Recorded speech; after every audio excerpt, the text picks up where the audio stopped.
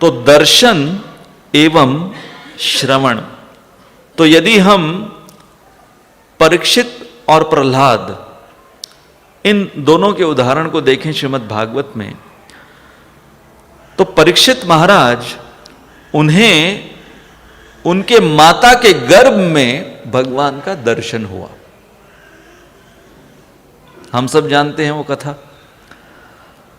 और दर्शन के पश्चात उन्होंने श्रवण किया, तो वो बने श्रवण आचार्य जब वो गर्भ से बाहर आए। और प्रहलाद महाराज के संदर्भ में हम क्या देखते हैं कि प्रहलाद महाराज ने श्रवण गर्भ में किया और दर्शन गर्भ के बाहर उन्हें हुआ भगवान का। तो यहां पर दोनों परीक्षित और प्रहलाद वो क्या उदाहरण प्रस्तुत कर रहे हैं? दर्शन और श्रवण। तो नारद मुनि जब उन्होंने कयाधु को इंद्र से विशेष रूप से और अन्य देवताओं से बचाया,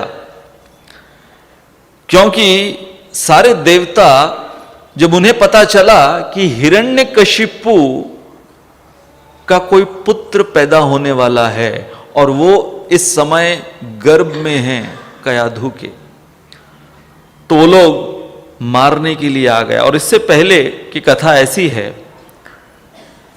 कि हिरण्यकशिपु 2 दफा तपस्या करने गया था। नरसिंह पुराण के अनुसार हिरण्यकशिपु 2 दफा तपस्या करने गया था। पहली दफा जब हिरण्याक्ष का वध हुआ और क्रोध में अब बदला लेने के लिए जब वो पहली दफा तपस्या करने गया, तो उस समय नारद मुनि और उनके साथ उन्होंने एक आध ऋषि मुनियों को लिया और वो जहां जिस पेड़ के नीचे हिरण्यकशिपु तपस्या करने गया था, उस पेड़ की डाली पर वो तोते का रूप लिए और तोते का रूप लेकर नारायण नारायण नारायण का जप करने लगे। कौन? नारद मुनि। तो यहां पर हिरण्यकशिपु वो नारायण को मारने के लिए तपस्या करने निकला है और जिस पेड़ के नीचे वो तपस्या कर रहा है वो शक्ति हासिल करने के लिए, उसी पेड़ के ऊपर नारायण नाम का कीर्तन चल रहा है। तो इतना ज्यादा अब उसे समझ में नहीं आ रहा है कि ये कौन कर रहा है कीर्तन। उसने तो खाली देखा कि कहीं से आवाज आ रही है, उसे समझ में भी नहीं आ रहा था कि ये नारद मुनि है। तो उसे लगा जैसे कि पक्षी बैठते हैं, कुछ समय के लिए उड़ के चले जाएंगे।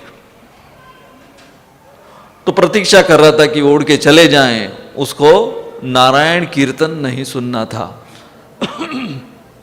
लेकिन नारद मुनि जैसे डिवोटीज हैं, वो यदि आपकी इच्छा भी नहीं है तो आपके उद्धार के लिए, और वो बहुत आगे की सोचते हैं। नारद मुनि बहुत बड़े दूरदर्शी हैं, तो बहुत आगे की सोच रहे थे। तो परेशान होकर हिरण्यकशिपु अपनी तपस्या बीच में छोड़ता है, घर लौट आता है फ्रस्ट्रेटेड। फ्रस्ट्रेट क्यों हुआ? नारायण का कीर्तन सुनकर फ्रस्ट्रेट हुआ है। फ्रस्ट्रेटेड हिरण्यकशिपु घर लौटता है और जब कयाधु पूछती है कि क्या हुआ, आप तो तपस्या के लिए निकले थे, लौट आए फिर से, क्या बताऊं, कुछ डिटेल में बताया नहीं।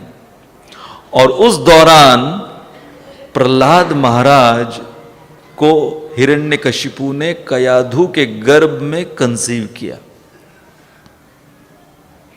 और क्योंकि मन में नारायण नारायण नारायण चल रहा था, इवन फ्रस्ट्रेशन के कारण, तो वो गर्भाधान संस्कार में नारद मुनि ने परिणित कर दिया कि जो गर्भ कयाधु ने धारण किया वो नारायण के आगे चलकर ऐसे भक्त बने प्रहलाद।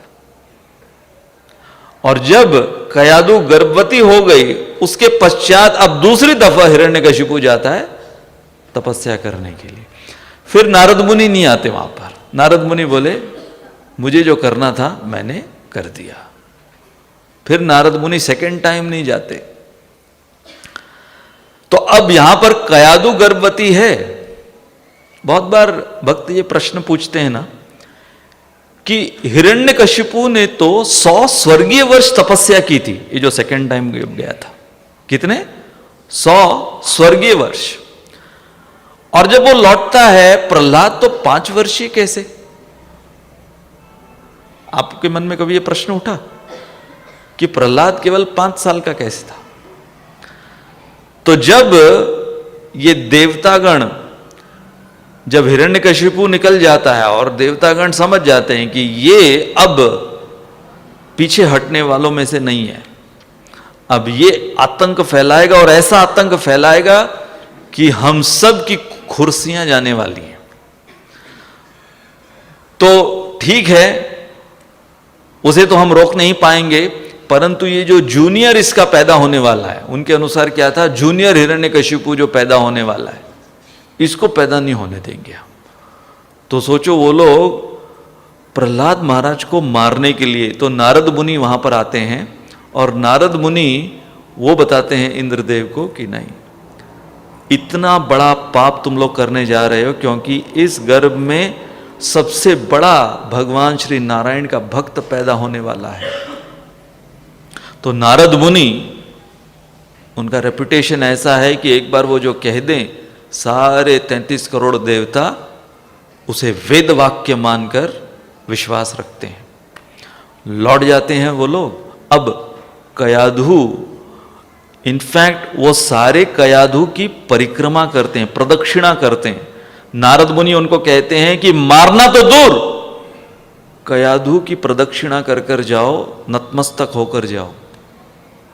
तो वो सब प्रदक्षिणा कर कर निकलते हैं और फिर कयाधु को भागवत सुनाते हैं नारद मुनि। उस समय कयाधु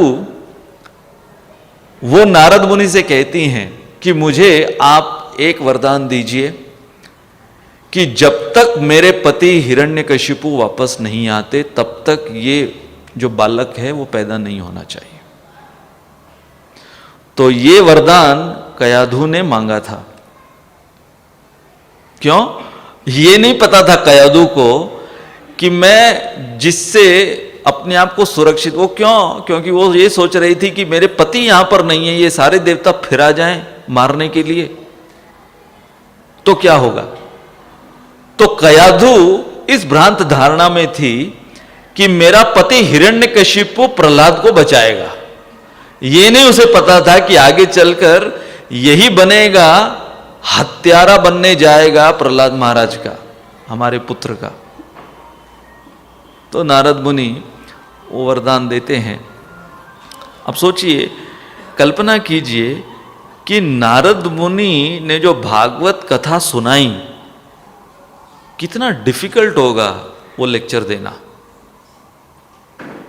कयाधु, जिसे उस भागवत कथा में कोई इंटरेस्ट नहीं था, और नारद मुनि कयाधु को तो माध्यम बनाए थे। नारद मुनि सुना रहे थे अंदर प्रहलाद को। टेक्नोलॉजी देखो। परीक्षित महाराज दूरदर्शन, प्रहलाद महाराज दूर श्रवण। तो एक दूरदर्शन और एक दूर श्रवण, तो ये टेक्नोलॉजी उस समय की। तो गर्भ को भागवत कथा सुना रहे हैं, कयाधु को कोई इंटरेस्ट नहीं है। जैसे कि मान लो कि हमारे कोई प्रचारक को कहा जाए कि कोई गर्भवती माता है, उसको आपको भागवत कथा सुनाना है, और वो सो रही है, सिंगल अकेली बैठी हुई है, वो सो रही है, और आपका फोकस्ड ऑडियंस, टारगेट ऑडियंस कौन है? वो माता नहीं है, उसके अंदर का जो गर्भ है वो है। तो सोचो, जब सामने ऑडियंस बैठते हैं और सामने अगर ऑडियंस वो ध्यान न दे स्पीकर के ऊपर, तो स्पीकर वो खुद थोड़ा डामाडोल हो जाता है, मैं बोलूं कि नहीं बोलूं, कोई देख ही नहीं रहा है, कोई सुन ही नहीं रहा है, सब डुलकियां मार रहे हैं। तो वो थोड़ा, उसका विश्वास हिल जाता है भागवत कथा से। तो यहां पर सोचिए कि नारद मुनि, उनका विश्वास कितना है कि हाँ, ये जो भागवत कथा मैं सुना रहा हूं, और ऐसा नहीं कि अंदर से आवाजें आ रही थी, प्रहलाद महाराज अंदर से बोल रहे हैं हाँ मैं सुन रहा हूं, हाँ अगला पॉइंट बहुत अच्छा लगा, हाँ? ऐसे कोई आदान प्रदान नहीं हो रहा था। तो यहां पर जो हम ये डिफरेंस देख रहे हैं कि दर्शन और श्रवण, तो परीक्षित महाराज और प्रहलाद महाराज जो कि विख्यात हुए दोनों,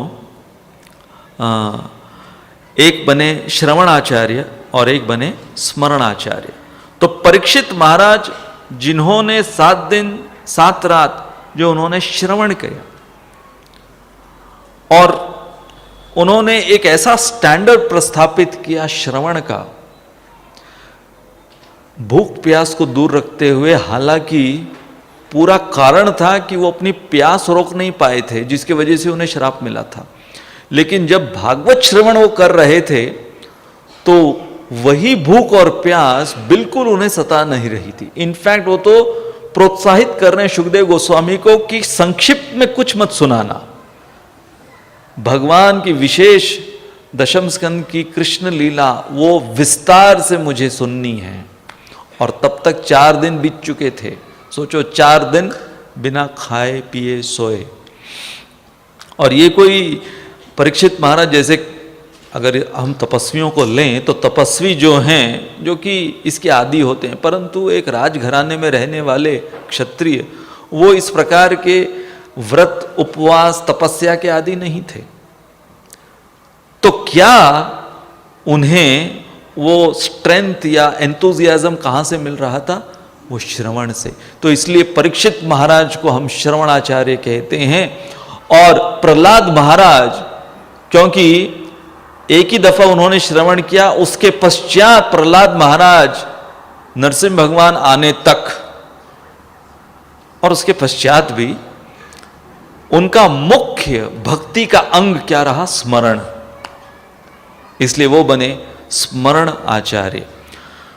तो आज कुछ हमने हमारे आचार्यों ने इसके संदर्भ में, श्रीधर स्वामी विशेष रूप से, उन्होंने परीक्षित महाराज और प्रहलाद महाराज, इन दोनों का जो समन्वय, अगर हम इन दोनों का समन्वय कर कर समझने की कोशिश करें तो उन्होंने श्रवण से स्मरण तक हम कैसे पहुंच सकते हैं, अर्थात परीक्षित महाराज से प्रहलाद महाराज। यही है सप्तम स्कंद की शुरुआत। परीक्षित महाराज जो श्रवणाचार्य हैं, उन्होंने प्रहलाद जो भक्त शिरोमणि हैं, स्मरणाचार्य हैं, उनके विषय में जो प्रश्न पूछा।